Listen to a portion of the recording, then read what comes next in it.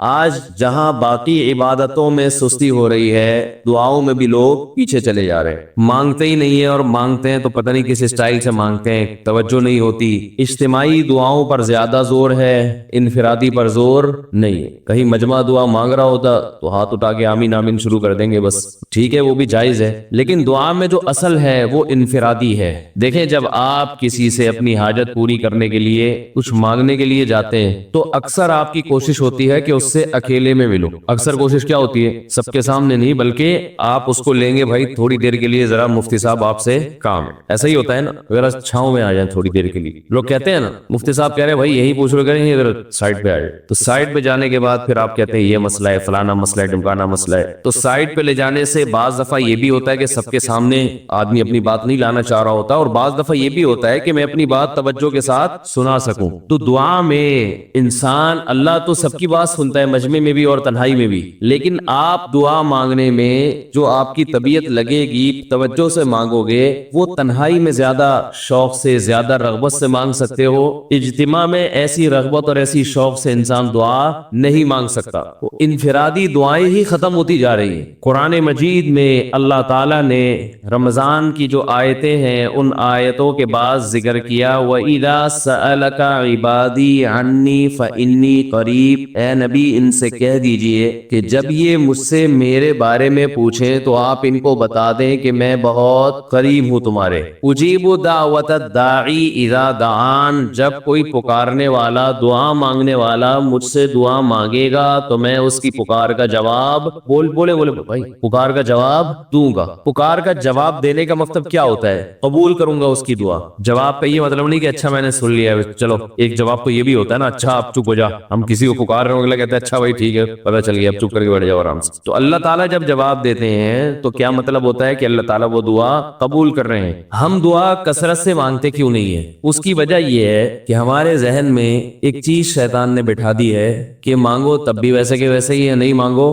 تب بھی ویسے کے ویسے۔ وہ فلاں آدمی تو نہیں مانگتا، وہ تو پھر بھی اس کی تنخواہ اچھی مل رہی ہے، اور میں تو کئی سالوں سے دعائیں مانگ رہا ہوں، اے اللہ میری تنخواہ ڈبل نہیں کر سکتا تو کم از کم 50% ہی بڑھا دے، تو میں تو وہی کا وہی ہوں، میری تنخواہ میں تو کوئی اضافہ ہو نہیں رہا۔ تو ہم تو دیکھتے ہیں کہ ادھر دعا مانگو کچھ بھی نہیں ہو، سوائے ثواب کے کچھ بھی نہیں ملتا۔ یہ وہ چیز ہے جو انسان کو دعاؤں سے روکتی ہے۔ حالانکہ ہم پیغمبروں کی زندگی دیکھتے ہیں تو بات بات پر دعائیں مانگتے تھے، بہت کثرت سے، بہت زیادہ۔ نوح علیہ السلام، اچھا اللہ نے ان کی دعاؤں کو قرآن میں ذکر بھی کیا ہے۔ مناجات مقبولہ ایک دعاؤں کی کتاب ہے۔ حضرت مولانا اشرف علی تھانوی رحمہ اللہ تعالی نے قرآن اور حدیث کی دعاؤں کو ایک چھوٹی سی کتاب میں جمع کر کے ایک ہفتے پہ ڈیوائیڈ کر دیا ہے اس کو، کہ آپ روزانہ ان میں سے ایک حصہ پڑھیں گے تو پورا ہفتے میں وہ تقریباً تمام دعائیں کور ہو جائیں گی جو قرآن و سنت میں بیان کی گئی ہیں۔ وہ کتاب ضرور خریدیں، رکھیں اپنے پاس، مناجات مقبولہ کے نام سے۔ تو ہم دعا کیوں نہیں مانگتے؟ مسئلہ ہمارے ساتھ یہ ہے کہ ہم کہتے ہیں کہ جو مانگتا ہے وہ بھی وہینچ کا وہینچ، اور جو نہیں مانگتا ہے وہ بھی کوئی سرخاب کے پر تو لگ نہیں جاتے کوئی مانگ رہا ہو تو۔ یہ وہ مسئلہ ہے جس کی وجہ سے لوگ دعائیں مانگنے میں بخل سے کام لیتے ہیں، جبکہ پیغمبر کثرت سے دعائیں مانگا کرتے تھے، بہت زیادہ۔ جو پچھلی آسمانی کتابیں ہیں ان میں لکھا ہوا ہے کہ یعقوب علیہ السلام اتنی کثرت سے دعائیں مانگا کرتے تھے کہ سجدے میں جا کے کہ ان کے یہ جو گھٹنے ہیں اور سر میں سخت نشان بن چکے تھے، وہ جگہ زمین پہ لگ لگ کے سخت ہو جاتی ہے، تو اتنی کثرت سے دعائیں، اتنی کثرت سے دعائیں۔ ہم نے جن بزرگوں کے ساتھ ٹوٹا پھوٹا وقت گزارا ان کو دیکھا کہ وہ دعا بہت لمبی لمبی دعائیں مانگا کرتے تھے، بہت لمبی۔ ہمارے شیخ کے سامنے جب کوئی آیا کرتا تھا دعا کے لیے کہتا تو ہاتھ اٹھائے بغیر ویسے ہی اس کو ایک دعا کا جملہ کہہ دیا کرتے تھے۔ کسی نے کہا کہ آپ ہاتھ اٹھا کے اس کے لیے دعا کیوں نہیں مانگتے؟ تو فرماتے تھے کہ جب میں ایک دفعہ ہاتھ اٹھا لیتا ہوں تو پھر اتنی آرام سے نیچے گراتا نہیں، کیونکہ پھر اللہ کے دربار میں اب ہاتھ اٹھا لیے تو پھر تو ایسا ان کا دل لگتا تھا، مانگتے چلے جاتے تھے، مانگتے چلے جاتے تھے۔ تو بات یہ ہے کہ جب یہ یقین پیدا ہو جائے کہ جس خالق نے ہمیں پیدا کیا ہے اور جس نے ہمیں مانگنے کا حکم دیا ہے، اس کے سامنے جب ہاتھ اٹھا کے گڑ گڑائیں گے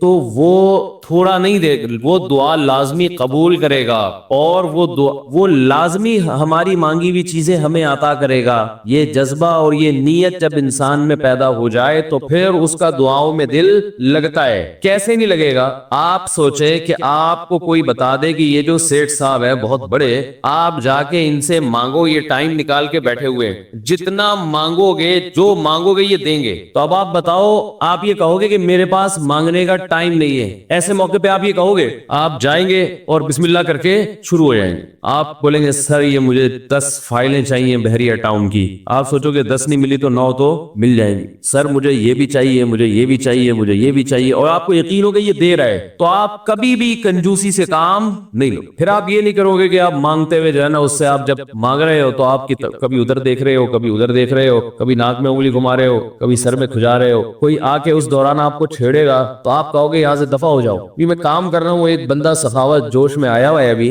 اور فائلیں بحریہ ٹاؤن کی فری میں بانٹ رہا ہے. اس نے کہا بھائی جتنی مانگو گے دے دوں گا, اور جو مانگو گے دے دوں گا, تو ابھی تو میرے پاس ٹائم کم ہے, مقابلہ بہت سخت ہے. اور پھر اس میں آپ کو الفاظ بھی خود بخود آ جائیں گے کس طرح سے سمجھانا ہے. مختلف طریقوں سے آپ بات کو گھماؤ گے. سر پلیز آپ بات کو سمجھا کریں, میں آپ کے پاس آیا ہوں, آپ کو پتا ہے میں ادھر بھی جا سکتا تھا, وہ وسیم کباڑیہ کا بزنس بھی آج کل بہت چل رہا ہے, میرے پرانے اچھے تعلقات ہیں, لیکن مجھے پتا تھا کہ آپ تو آپ ہیں, آپ جیسا سیٹ تو کوئی ہے ہی نہیں, اور ہر مشکل میں آپ نے میری مدد کی ہے. جو الفاظ بھی اس کی سخاوت کو ابھارنے والے ہوں گے وہ تمام آپ اس موقع پر اس کے اوپر انڈیل دو گے, پورا دیگچا بھر کے اس کے اوپر ڈال دو گے آپ. تو اللہ سے جب مانگتا ہے انسان اور اس کو یقین ہو کہ اللہ میری دعا کو پورا کرے گا, تو اس یقین کے ساتھ جب دعا مانگی جاتی ہے تو اس کا اسٹائل کچھ اور ہوتا ہے, اور ایک فارمیلٹی پوری کرنے کے لیے دعا جب مانگی جاتی ہے جیسے کہ ہمارے ہاں ہو رہا ہے, تو اس کا اسٹائل اور انداز کچھ اور ہوتا ہے. ہمارے ہاں دعا پڑھی جاتی ہے, مانگی نہیں جاتی.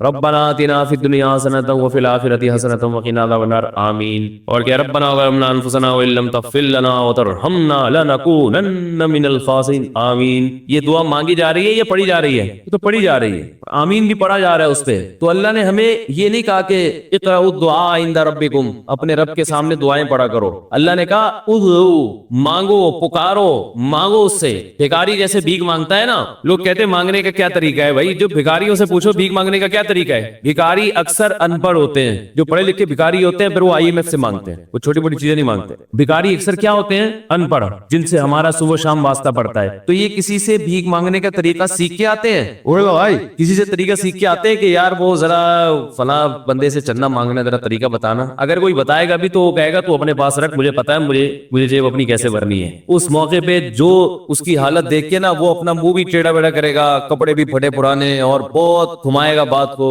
ایسے منہ بنائے گا جیسے دنیا میں اس سے زیادہ غریب اور محتاج کوئی ہے ہی نہیں. سحری پانی سے کیے میں نے, گھر میں بچے بھوک سے بلک رہے ہیں, ایسی کہانیاں سنائے گا, ایسی کہانیاں سنائے گا. تو یہی حال انسان کا ہے جب اسے پتا ہو کہ میرا رب جو مانگوں گا وہ دے گا مجھے, تو پھر اس کے بھیک مانگنے کا انداز اور جو دعا مانگنے کا اسٹائل ہے وہ خود بخود فطرت اسے سکھا دیتی ہے, خود بخود اس کے اندر الفاظ آنا شروع ہو جاتے ہیں کہ ایسے مانگنا چاہیے. لیکن پرابلم یہ ہے, مسئلہ یہ ہے کہ دل میں یہ بات بیٹھ چکی ہے کہ قبول نہیں ہو رہی. عجیب حدیث ہے, رسول اللہ صلی اللہ علیہ وسلم نے ارشاد فرمایا کہ اللہ بندے کی دعا قبول کرتے رہتے ہیں, وہ مانگتا رہتا ہے قبول ہوتی رہتی ہے, وہ مانگتا رہتا ہے قبول ہوتی رہتی ہے, یہاں تک کہ ایک وقت ایسا آتا ہے کہ بندہ یہ کہتا ہے کہ میں مانگ رہا ہوں قبول تو ہو نہیں رہی. تو جب یہ کہتا ہے تو اس وقت قبول کرنا بند کر دیتے ہیں اللہ تعالیٰ. اللہ کہتے ہیں کہ اگر تو یہ سمجھ رہا ہے کہ قبول نہیں ہو رہی تو اب نہیں ہوگی. اب عجیب بات ہے یا نہیں یہ حدیث بھائی, وہ بندہ کئی سال سے دعائیں مانگ رہا تھا اور پھر آخر میں آ کے کہتا ہے کہ قبول تو ہو نہیں رہی, تو ظاہر ہے کچھ نہیں ہو رہی ہوگی تبھی تو کہہ رہے ہیں نا. اس کو ایسا لگ رہا ہوگا کہ قبول نہیں ہو رہی, بھائی اس کو یہ لگ رہا ہوگا کہ نہیں جو چیزیں مانگ رہا ہوں وہ تو مل نہیں رہی, تو تبھی تو وہ کہتا ہے کہ قبول نہیں ہو رہی. تو سوال پیدا ہوتا ہے پھر اللہ قبول کرنا بند کیوں کر دیتے ہیں؟ اللہ تعالیٰ جب دعائیں قبول کرتے ہیں تو اس کا انداز وہ نہیں ہوتا جیسے ایک عام انسان جب کسی کو بھیک دیتا ہے. ایک عام فقیر جب آپ کے پاس آئے گا, آپ سے بھیک مانگے گا, 100 روپے دے دو, 20 روپے دے دو, آپ اٹھا کے 100 نہیں تو 10-20 تو پکڑا دیتے ہیں اس کو, تو وہ یہ سمجھتا ہے کہ میری دعا کیا ہو گئی؟ قبول. لیکن اللہ تعالیٰ اس طرح دعا نہیں قبول کرتے. اگر اللہ اس طرح سے دعائیں قبول کرنا شروع کر دے تو پھر یہ معاملہ غیب کا نہیں رہے گا. ادھر آپ نے دعا مانگی, اے اللہ میرے کاروبار کو بڑھا دے, لیلۃ القدر میں رو کے دعا مانگی, اور صبح صادق کے وقت آپ کا فون آیا کہ آپ کا کنٹینر کسٹم والوں کے شر سے محفوظ ہو گیا ہے, سمجھ میں پاس ہو گیا ہو, اور آپ کی چیز ڈبل قیمت پہ بک گئی ہے. پھر آپ نے دعا مانگی, اے اللہ تیری رحمت اس وقت جوش میں آئی ہوئی ہے, تو ایسا کر میرا بچہ بچہ بھی پاس ہو جائے, اس کے نمبر اچھے آ جائیں, ادھر فون آیا کہ آپ کا بچہ پہلی پوزیشن سے کامیاب ہو گیا, پھر آپ نے کہا آج اللہ کی رحمت بہت جوش میں آئی ہوئی ہے, اے اللہ میری بیوی بھی ٹھیک ہو جائے, تو بیگم صاحبہ کا فوراً فون آ گیا کہ میں ٹھیک ہو گئی ہوں, اے بھائی میں ٹھیک ہو گئی, اے اللہ ساس صاحبہ بہت دنوں سے آگے بیٹھی ہوئی ہیں, جانے کا نام نہیں لے رہی, فون آ گیا کہ میں چلی گئی ہوں. اس طرح سے اگر دعائیں قبول ہونا شروع ہو جائیں تو میرے بھائی پھر یہ سارے کافر, یہ سارے لبرل لوگ جو اللہ کو مانتے ہی نہیں ہیں, یہ دنیا کا ہر کام چھوڑ کے مصلی بچھا لیں گے اور دعاؤں کو فوکس کرنا شروع کر دیں گے. دعا قبول ہوتی ہے مگر اس شخص کی جو اللہ پر غیب پر ایمان رکھتا ہے, جسے دعا قبول ہوتی نظر نہیں آتی مگر وہ یقین کرتا ہے کہ دعا قبول ہو رہی ہے. صرف اس شخص کی دعا قبول ہوتی ہے, اس کے علاوہ کسی کی قبول نہیں ہوتی. بہت مشکل ہے بھائی سمجھانا. دعا سب کی قبول ہوتی ہے کا مطلب پتہ ہے, سب کی مطلب ان سب کی کہ جو یہ یقین رکھتے ہیں کہ قبول ہوتی بھی نظر نہیں آ رہی پھر بھی قبول ہو رہی ہے, ان لوگوں کی قبول ہوتی ہے دعا. حدیث سے پتہ چلتا ہے, اور اصل میں دعا مانگتے ہی یہی لوگ ہیں. اب آپ کہیں گے بھائی نظر تو آ نہیں رہی, جب میں جو چیز مانگ رہا ہوں وہ مل نہیں رہی, تو کیا ایسے قبول نہ کرنا کیا ہے بھائی, یہ تو مشورے مل رہے ہیں ہمیں کہ پھر بھی مانگتے رہو. تو ہم نے وہ ایک فقیر تھا نا, ایک سیٹھ صاحب کے پاس آیا, کہنے لگا کہ بھائی ذرا کچھ پیسے مل جائیں گے, گھر میں ضرورت ہے. اس نے کہا اتنے ہٹے کٹے ہو کے بھیک مانگتے ہو, شرم نہیں آتی؟ اس نے کہا فی الحال میں نے آپ سے بھیک مانگی ہے, مشورہ نہیں مانگا. جب مشورہ مانگو تو اس وقت مشورہ دے دینا کہ بھیک مانگنا میرے لیے مناسب ہے یا نہیں ہے. بھائی ابھی میں آپ سے پیسے مانگ رہا ہوں مشورے کے لیے, پھر کوئی اور ٹائم انشاءاللہ رکھ لیں گے, اس میں آپ سے مشورہ لوں گا کہ میرے جیسے آدمی کو بھیک مانگنا مناسب ہے یا نہیں. تو آپ کے ذہن میں بھی یہ خیال آ رہا ہوگا کہ ہم اللہ سے دعا مانگتے ہیں اور اللہ کی طرف سے جو چیز جو ہم مانگ رہے ہیں وہ تو مل نہیں رہی, بلکہ اللہ کی طرف سے مشورے مل رہے ہیں کہ مانگتے آؤ قبول ہو رہی ہے, تو ہوتی بھی تو نظر نہیں آ رہی. کیا خیال ہے بھائی, ہوتی قبول ہوتی بھی نظر تو نہیں آ رہی. تو یاد رکھے دعا تو لازمی قبول ہوتی ہے. اگر آپ کو قبول ہوتی بھی نظر نہیں, دعا قبول ہونے کے انداز مختلف ہیں.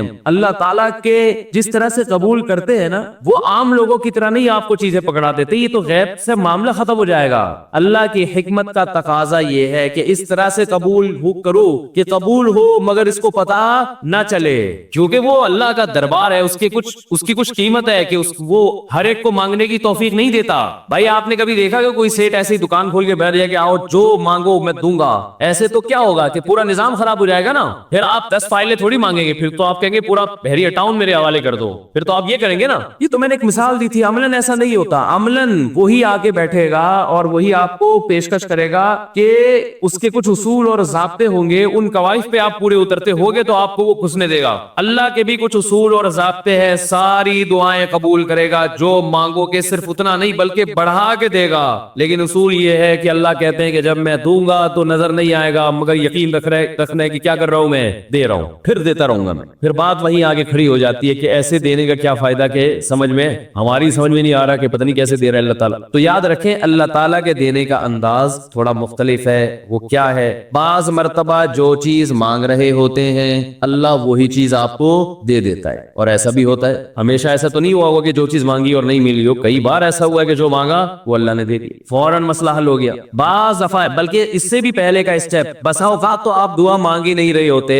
آپ اس کو دعا سمجھ رہے ہوتے ہو, لہذا اس میں وہ جان ہوتی نہیں ہے, تو قبولیت کا پھر سوال ہی پیدا نہیں ہوتا. آپ دعا پڑھ رہے ہوتے ہو, مانگ رہے نہیں ہوتے. تو اللہ نے تو دعائیں قبول کرنے کا کہا ہے, دعائیں پڑھنے پر کہا ہو, وعدہ کیا ہو, ایسا ہمارے علم میں کوئی حدیث نہیں ہے. دیکھیں یونس علیہ السلام جب مچھلی کے پیٹ میں تھے تو یونس علیہ السلام کو اپنی خطا کا احساس ہوا کہ میں اللہ کی پرمیشن کے بغیر اپنی قوم کو چھوڑ کے آ گیا ہوں. ان کو احساس ہو گیا, تبھی اللہ نے مجھے مچھلی کے پیٹ میں ڈال دیا ہے. تو اب آپ نے مچھلی کے پیٹ میں جا کے یہ دعا مانگی, لا الہ الا انت سبحانک انی کنت من الظالمین, اے اللہ تیرے سوا کوئی عبادت کے لائق نہیں ہے, سبحانک تو ہر عیب سے پاک ہے, تو نے جو مجھے مچھلی کے پیٹ میں ڈال دیا تو یہ تیری غلطی نہیں ہے, تو ہر عیب سے پاک ہے, انی کنت من الظالمین, میں ہوں ظلم کرنے والا اپنی جان پہ, مجھ سے غلطی ہوئی ہے. اللہ تعالیٰ کو آپ کا یہ مانگنا اتنا پسند آیا کہ مچھلی کو حکم دیا کہ ان کو ساحل پر اگل دو, اور نہ صرف یہ کہ مچھلی نے آپ کو ساحل پہ ڈالا, وَأَنبَتْنَا عَلَيْهِ شَجَرَةً مِّن يَقْطِينٍ, یقطین کوئی درخت تھا وہ بھی اللہ نے اگا دیا دھوپ سے بچانے کے لیے. لیکن جب مصیبتوں میں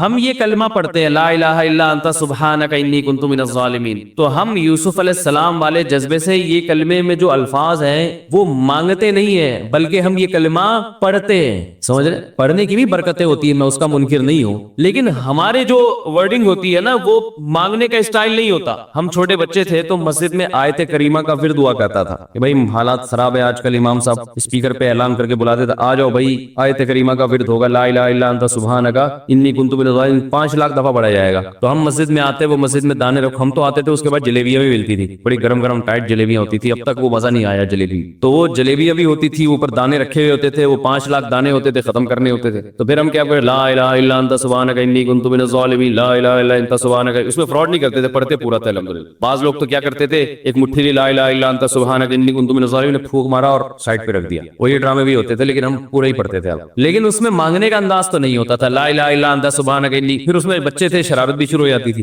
دیکھ رہے ہیں کوئی ادھر دیکھ رہا ہے تو ایک دانہ اٹھایا، لا الہ الا انت سبحانک انی کنت من الظالمین، یوں کر کے اس کی ناک پہ مارا ہے. کوئی ادھر دیکھ رہا ہے تو اس کی جیب میں ڈال دیا. تو یہ دعا مانگی جا رہی ہے، یہ تو پڑھی جا رہی ہے، فارمیلٹی ہے کہ 5 لاکھ پورے کرنے ہیں، اس کے بعد جلیبی کھانا ہے اور نکلنا ہے. تو آج بھی ایسا ہی ہو رہا ہے. امام صاحب دعا مانگتے ہیں، لوگ کہتے ہیں یار چلو جب نماز پڑھ لی، 4 رکعتیں پڑھ لی، سلام بھی پھیر لیا، تو اس میں کیا جا رہا ہے، یہ بھی پورا ہی کر لو. ایسا ہی ہوتا ہے نا، یہ بھی پورا ہی کر لو، آمین آمین کہہ لیں گے. امام صاحب ڈرائیور ہیں، ہم پیچھے مقتدی ہیں، تو جہاں اتاریں گے وہی اتریں گے ہم لوگ، پہلے تو نہیں اتر سکتے. تو یہ ایک لوگوں کے ذہن میں تصور ہے. نبی صلی اللہ علیہ وسلم نے فرمایا اللہ ظاہر قلب کے ساتھ دعا کی طرف توجہ نہیں دیتے. ظاہر قلب کا مطلب آپ کا دل حاضر نہیں ہو، کچھ اور سوچ رہے ہو، اور ادھر سے آپ نے ویسے ہی ایک فارمیلٹی پوری کرنے کے لیے. اللہ کہتے ہیں کہ جب تو مانگنے میں مخلص نہیں ہے تو میں تجھے کیوں دوں. تو مانگنے میں ہی مخلص نہیں ہے. تو بعض دفعہ بلکہ اکثر ایسا ہوتا ہے کہ ہماری دعا میں جان ہی نہیں ہوتی.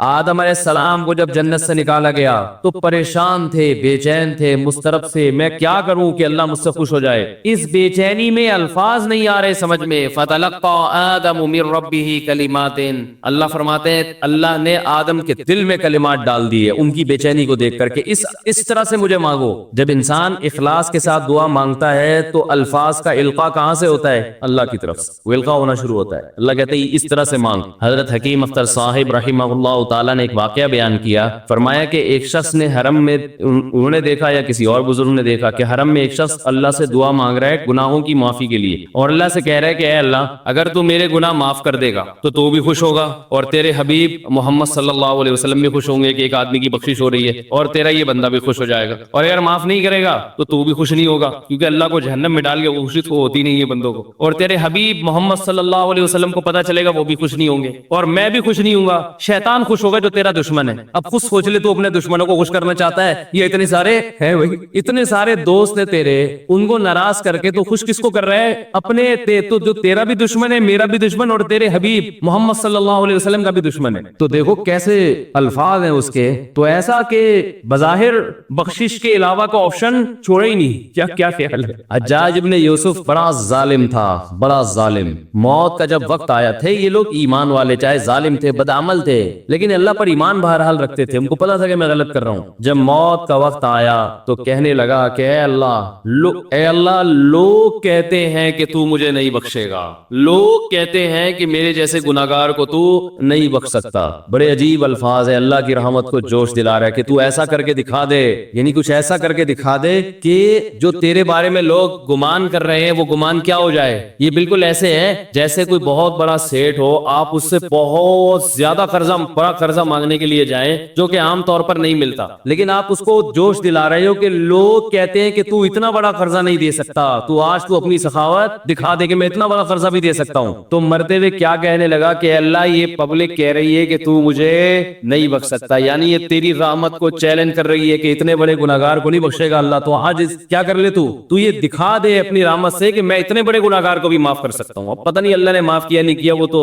اللہ کا معاملہ اور حجاج بن یوسف کا معاملہ. لیکن علماء کہتے ہیں یہ اس نے الفاظ بڑے ڈینجرس کہے ہیں مرتے وقت. ڈینجرس کا مطلب یعنی دوسرے معنی میں ایسے ہے کہ اس نے اللہ کی عرش کو ہلا دیا ہوگا. اللہ کو مانگنا اتنا پسند ہے. پہلی بات تو یہ ذہن میں رکھے کہ اس سے بڑی کوئی عبادت نہیں ہے دعا سے، اور دعا سے مشکل کوئی عبادت نہیں ہے. نماز پڑھنا آسان ہے، زکات دینا آسان ہے، روزہ رکھنا بھی آسان. سب سے مشکل کام کیا ہے؟ دعا مانگنا. اسی وجہ سے ہم نے جن لوگوں کو دیکھا کہ وہ واقعی دیندار ہے، اللہ والے ہیں، ہم نے صرف انہی کو دعائیں مانگتے ہوئے دیکھا ہے. عام لوگوں کو ہم نے دعاؤں کو اتنا فوکس کرتے ہوئے نہیں دیکھا. وہ دوسری چیزوں کو زیادہ فوکس کرتے ہیں، دعاؤں پہ زیادہ زور نہیں ہوتا ان کا. وظیفوں پہ تو ہوگا صبح شام، یہ والا اتنی دفعہ، وہ والا اتنی دفعہ، وہ بھاگ گئی واپس آ جائے اس کے لیے اتنی دفعہ، وہ جا نہیں رہی اس کے لیے اتنی دفعہ. یہ وظیفوں پہ تو ہوگا زور. ایسے ہوتا نا ہاتھ اٹھا کے اللہ سے گڑگڑا کے مانگا جائے، یہ چیزیں کم. میں جب حج پہ گیا تو اپنے شیخ مرشد کے ساتھ تھا. پہلے ہی ہم نے ان کو دیکھا تھا بہت زیادہ زیادہ دعائیں مانگتے ہیں, وہ بہت زیادہ ان کا دعاؤں میں دل لگتا ہے, بہت دعائیں مانگتے ہیں. تو مجھے کسی نے بتایا کہ یہ جب بیت اللہ کو دیکھتے ہیں تو اتنی لمبی دعا مانگتے ہیں کھڑے کھڑے کہ تم ان کے ساتھ ٹھہر نہیں سکتے. میں نے کہا کیوں نہیں ٹھہر سکتے, ہم جوان ہیں, ان کی عمر زیادہ ہو گئی اور ان کو کچھ بیماریاں بھی ہیں. تو میں نے کہا ہو جائے مقابلہ پھر, ٹھیک ہے, دیکھتے ہیں کون زیادہ لمبا ٹھہر لیتا ہے. تو جب بیت اللہ پہنچے, ان کی نظر بیت اللہ پہ پڑی, ذرا قریب گئے. یہ جو کہتے ہیں نا بیت اللہ پہ نظر پڑتے ہی وہیں ٹھہر جاؤ شروع ہو گئے, ایسا نہیں ہے. بیت اللہ پہ اگر نظر پڑی ہے آپ کی تو کوئی بات نہیں, اور قریب چلے جائیں. کوئی دوسرا عمل کرنے سے پہلے دعا مانگیں. پہلی نظر کا مطلب یہ ہوتا ہے کہ جب نظر پڑی ہے تو اب طواف شروع کرنے سے پہلے یا کوئی دوسرا عمل کرنے سے پہلے آپ جا کے دعا مانگیں. تو وہ دور سے نہیں بلکہ جتنا قریب جا کے مانگیں اتنا زیادہ اچھا. لوگ کیا کرتے ہیں, یوں منہ نیچے کر کے جا رہے ہوتے ہیں کہ پہلی نظر پڑ گئی تو پھر دعا کا موقع نکل جائے گا, تو یوں وہ جو ٹکرا بھی جاتے ہیں. کچھ نہیں ہوتا, نظر پڑ جائے تو اور تھوڑا قریب جائے, قریب جا کے دعا مانگے. تو ان کو ہم نے دیکھا کہ انہوں نے دعا مانگنا شروع کی, میں بھی کھڑا ہو گیا ساتھ میں, ہم نے کہا چلو ہم بھی مانگتے ہیں. تو وہ اتنی دیر تک حالانکہ کمر میں بھی تکلیف, بیماریاں بھی ہے, شوگر بھی ہے, تو بالآخر میں نے ہتھیار ڈال, میں نے کہا میں اتنی دیر کھڑا نہیں ہو سکتا. اور میں پھر اب بیٹھتے ہوئے شرم بھی آ رہی تھی کہ وہ بولے کہ میری عمر زیادہ ہے اور یہ دیکھو ابھی شادیاں تو کرتا رہتا ہے, تو یہ کیا شادیاں کرے گا جو کھڑا نہیں ہو سکتا اتنی دیر. تو وہ اتنی دیر ہو گئی تو میں بیٹھ گیا واقعی. کئی ایسے ہمارے اکابر گزرے ہیں, بزرگ گزرے ہیں, 1 گھنٹہ 2 گھنٹہ 3 گھنٹہ. مرکز میں, تبلیغی مرکز میں کسی نے بتایا کہ ایک بزرگ کو میں نے دیکھا صبح اشراق کے وقت دعا مانگنا شروع کی ہے اور ظہر کی نماز میں اٹھے.